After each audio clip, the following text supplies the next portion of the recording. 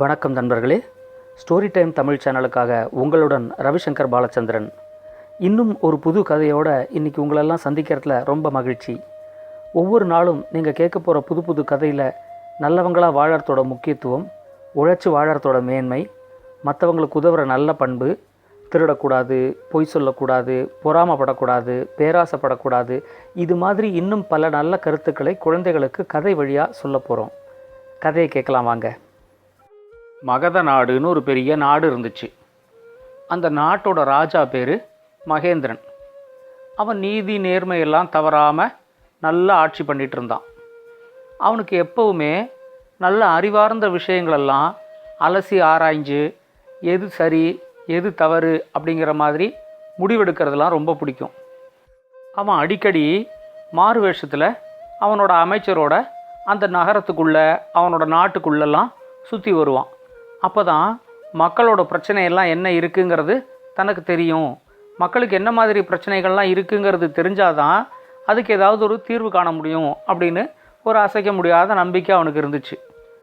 அந்த மாதிரி ஒரு தடவை ஒரு நகரத்தில் அமைச்சரோடு அவன் மாறு வேஷத்தில் போயிட்டுருக்கிறது, அவனுக்கு முன்னாடி 2 நண்பர்கள் நடந்து போயிட்டு இருந்தாங்க.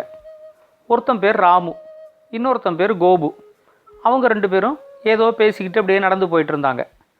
உடனே இந்த ராஜாவும் அமைச்சரும் அவங்க 2 பேரும் என்ன பேசுகிறாங்க அப்படிங்கிறத கேட்போம் அப்படின்ட்டு அவங்களுக்கு பின்னாடியே இவங்க 2 பேரும் நடந்து வந்துட்டு இருந்தாங்க. இப்படியே கொஞ்சம் தூரம் நடந்து போயிட்டு இருந்ததுக்கு அப்புறமா அந்த தெருவில் ரொம்ப வயசான ஒருத்தர் உட்காந்து பிச்சை எடுத்துக்கிட்டு இருக்கிறத இந்த 2 நண்பர்களும் பார்த்தாங்க. அவருக்கு 2 காலுமே இல்லை. அதனால் அவரால் உழைச்செல்லாம் சாப்பிட முடியாது. அதோடு இல்லாமல் ரொம்ப வயசு வேற ஆயிடுச்சு. அதனால் அவர் உட்காந்துக்கிட்டு சாப்பாட்டுக்கு ஒன்றும் இல்லாமங்கிறதுனால பிச்சை எடுத்துக்கிட்டு இருந்தார். அதை பார்த்த உடனே இந்த ராமுவுக்கு அவருக்கு ஏதாவது உதவி பண்ணணும் அப்படின்னு தோணுச்சு. உடனே என்ன பண்ணான், அவனோட பையில் காசு இருக்கா அப்படிங்கிறத பார்த்தான். அவனோட பையில் இன்றைக்கி காசே இல்லை.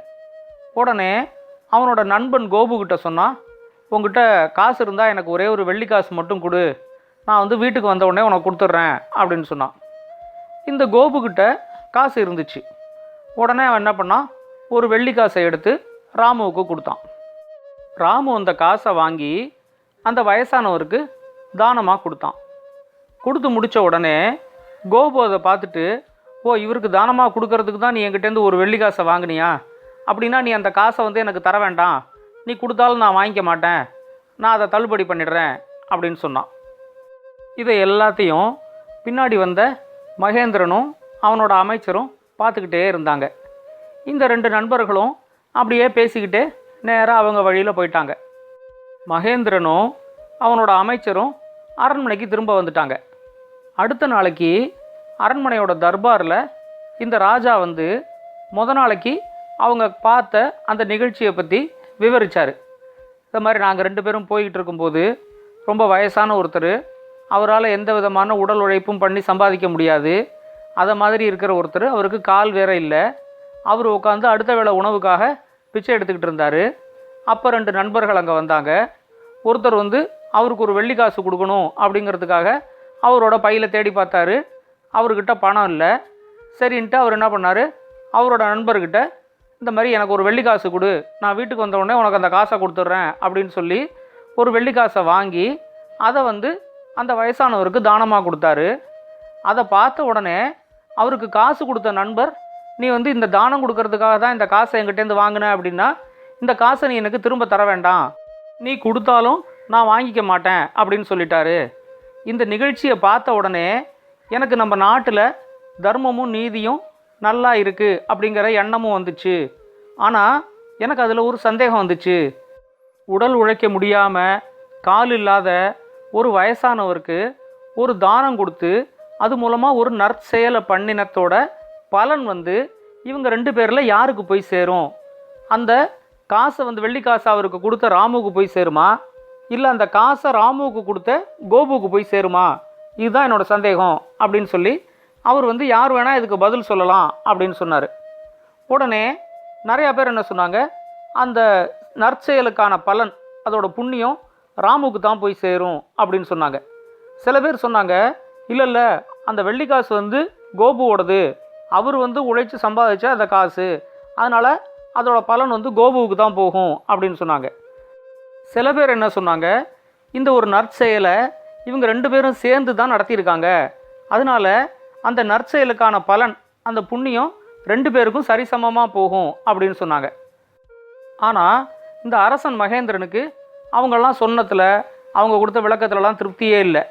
அவர் என்ன சொன்னார், யார் வந்து ராமுவுக்கு பலன் போகும்னு சொன்னாலும் சரி, இல்லை கோபுவுக்கு பலன் போகும்னு சொன்னாலும் சரி, இல்லை 2 பேருக்கும் சரிசமமாக பலன் போகும்னு சொன்னாலும் சரி, அவங்க வந்து அதுக்கான தகுந்த விளக்கமும் எனக்கு கொடுக்கணும் அப்படின்னு சொன்னார்.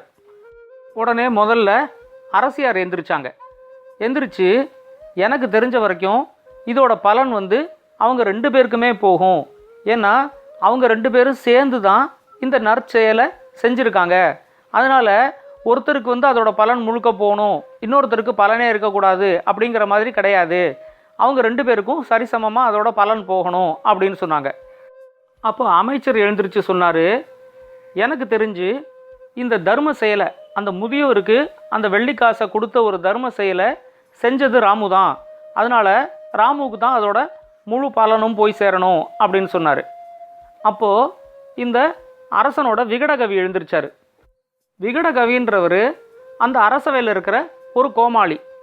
இதை மாதிரி ஏதாவது ஒரு அனல் பறக்கிற மாதிரியான ஒரு விவாதம் நடக்கும்போது அந்த விவாதத்தோட சூட்டை தணிக்கிற மாதிரி அவர் ஏதாவது சிரிக்கிற மாதிரி ஏதாவது ஒன்று சொல்லி அந்த விவாதத்தை நெறிமுறைப்படுத்துகிறவர். அவர் அமைச்சர்கிட்ட கேட்டார், நீங்கள் சொல்கிற மாதிரி அந்த தர்ம செயலுக்கான முழு பலனும் ராமுவுக்கு தான் போய் சேரணும் அப்படின்னு சொன்னீங்கன்னா, ஒரு வெள்ளிக்காசை வீணாக்கினதோட பாவம் கோபுக்கு வந்து சேருமா அப்படின்னு கேட்டார். அதை கேட்ட உடனே இந்த அமைச்சருக்கு கொஞ்சம் கோபமே வந்துருச்சு. இங்கே வந்து ஒரு நற்செயலை பண்ணத்தோட பலன் யாருக்கு அப்படிங்கிற விவாதம் நடந்துக்கிட்டு இருக்கிறப்போ, ஒரு வெள்ளிக்காசை வீணாக்கினதை பாவம் யாருக்கு அப்படிங்கிற மாதிரி நீங்கள் விவாதத்தோட கருப்பொருளையே திசை திருப்புறீங்க அப்படின்னு சொல்லி அந்த விகடகவி மேலே கொஞ்சம் கோவப்பட்டார். இந்த சமயத்தில் இந்த ராஜாவுக்கு காவல் காத்துக்கிட்டு இருந்த ஒரு வீரன், அவன் பேர் முத்துவீரன், அவன் லேசாக சிரிக்கிறத இந்த அமைச்சர் பார்த்துட்டார்.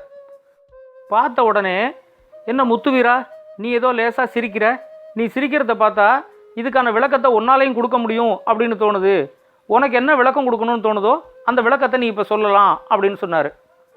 உடனே அதுக்கு அந்த முத்துவீரன் சொன்னார், இல்லை அமைச்சரே, நான் வந்து இப்போ பணியில் இருக்கேன், இப்போதைய என்னோடய பணி வந்து இந்த இடத்துல காவல் காக்கிறது தான், அதனால் இப்போ வந்து என்னால் விவாதத்தில் பங்கு பெற முடியாது, ஆனால் இதுக்கான விளக்கத்தை என்னால் கொடுக்க முடியும், என்னோடய பணி முடிஞ்சதுக்கு அப்புறமா ராஜா அனுமதிச்சார் அப்படின்னா நான் வந்து இதுக்கான விளக்கத்தை கொடுப்பேன் அப்படின்னு சொன்னார்.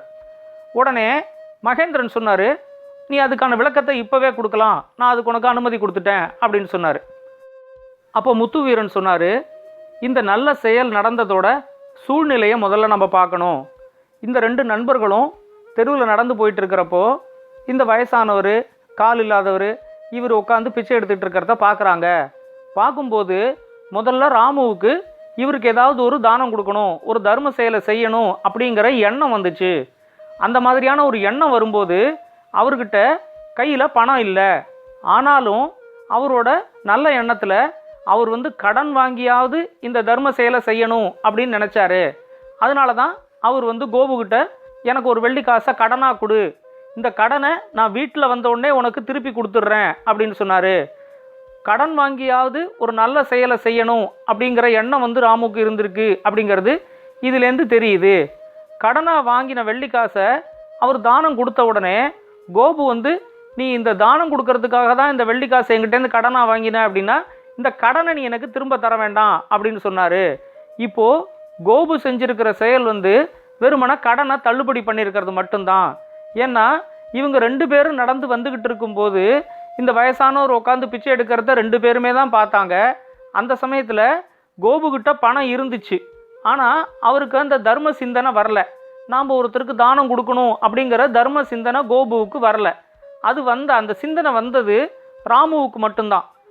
அந்த சிந்தனை வந்த உடனே தங்கிட்ட பணம் இல்லைனாலும் பரவாயில்ல, தான் வந்து கடன் வாங்கியாவது அந்த தானத்தை பண்ணணும் அப்படின்னு அவர் நினச்சது தான் உண்மையான தர்ம சிந்தனை.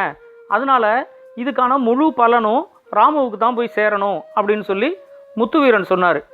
அவரோட விளக்கத்தை கேட்ட உடனே மகேந்திரனுக்கு ரொம்ப சந்தோஷமாயிடுச்சு. இதுதான் இதுக்கு சரியான விளக்கம், அதுக்கான முழு பலனும் ராமுக்கு போய் சேரணும் அப்படின்னு முத்துவீரன் சொன்னது தான் சரியான விளக்கம் அப்படின்னு சொல்லி முத்துவீரனுக்கு நிறையா பரிசு தொகையெல்லாம் கொடுத்தாரு. நல்லா இருந்துச்சா அந்த கதை? இந்த கதை உங்களுக்கு பிடிச்சிருந்தா லைக் பண்ணுங்கள், கமெண்ட் பண்ணுங்கள், ஷேர் பண்ணுங்கள். முக்கியமாக மறக்காமல் சேனலை சப்ஸ்கிரைப் பண்ணுங்கள். உங்களுக்காக, உங்கள் குழந்தைங்களுக்காக இன்னும் நிறைய நல்ல நல்ல கதைகள் வந்துக்கிட்டே இருக்குது. ஸ்டோரி டைம் தமிழ் சேனலோட தொடர்பில் இருங்க. நன்றி, வணக்கம்.